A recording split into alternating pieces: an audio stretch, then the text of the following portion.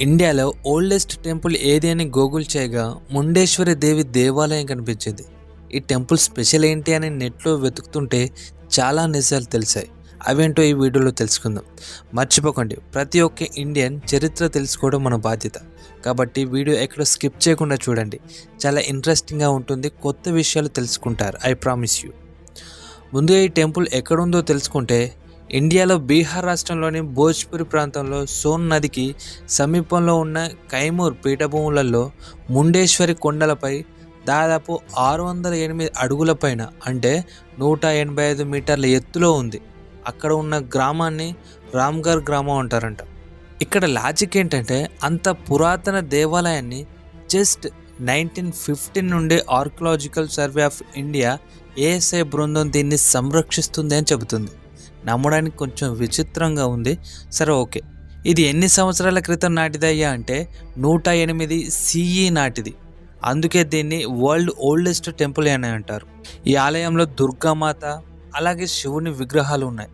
సరే, అసలు ఈ దేవాలయాన్ని ఎవరు కట్టారు, ఎవరు కనిపెట్టారు అనే విషయాలు తెలుసుకుంటే, పూర్వం అంటే త్రేతాయుగం ముందు మాట అన్నమాట. ముండ్ అనే రాజు ఒక ఋషి యొక్క ఆవును తన అహంకారంతో చంపేస్తాడు. రాజు అహంకారాన్ని అణచడానికి ఋషి చెప్పిస్తాడు. రాజు తర్వాత తన తప్పు తెలుసుకొని శాప విమోచనం ఎలా అని అడిగితే, ఓ కొండపైన శివునికి శక్తి అయిన దుర్గాదేవికి ఆలయాన్ని నిర్మిస్తే నీకు శాప విమోచనం కలుగుతుందని చెప్తాడు ఋషి. ఆ రాజు అదే విధంగా ఒక ఆలయాన్ని నిర్మిస్తాడు.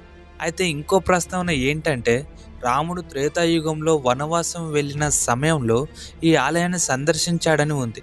కానీ ఏ గ్రంథాలలో మరెక్కడ రాముని వనవాస సమయంలో ఈ ఆలయాన్ని సందర్శించాడని ఎక్కడ ప్రస్తావన లేదు.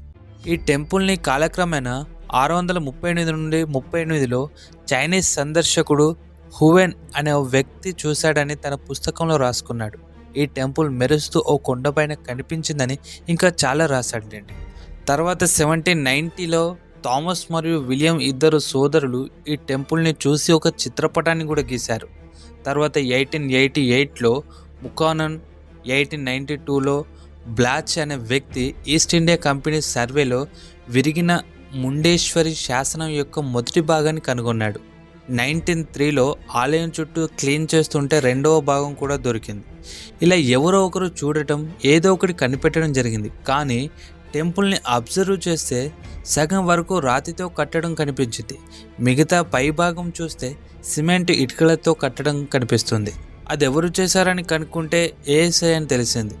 అంటే 1915 నుండి archaeological survey of India team పురాతన చిహ్నంగా ఉండాలని చేసింది కావచ్చనే అభిప్రాయం.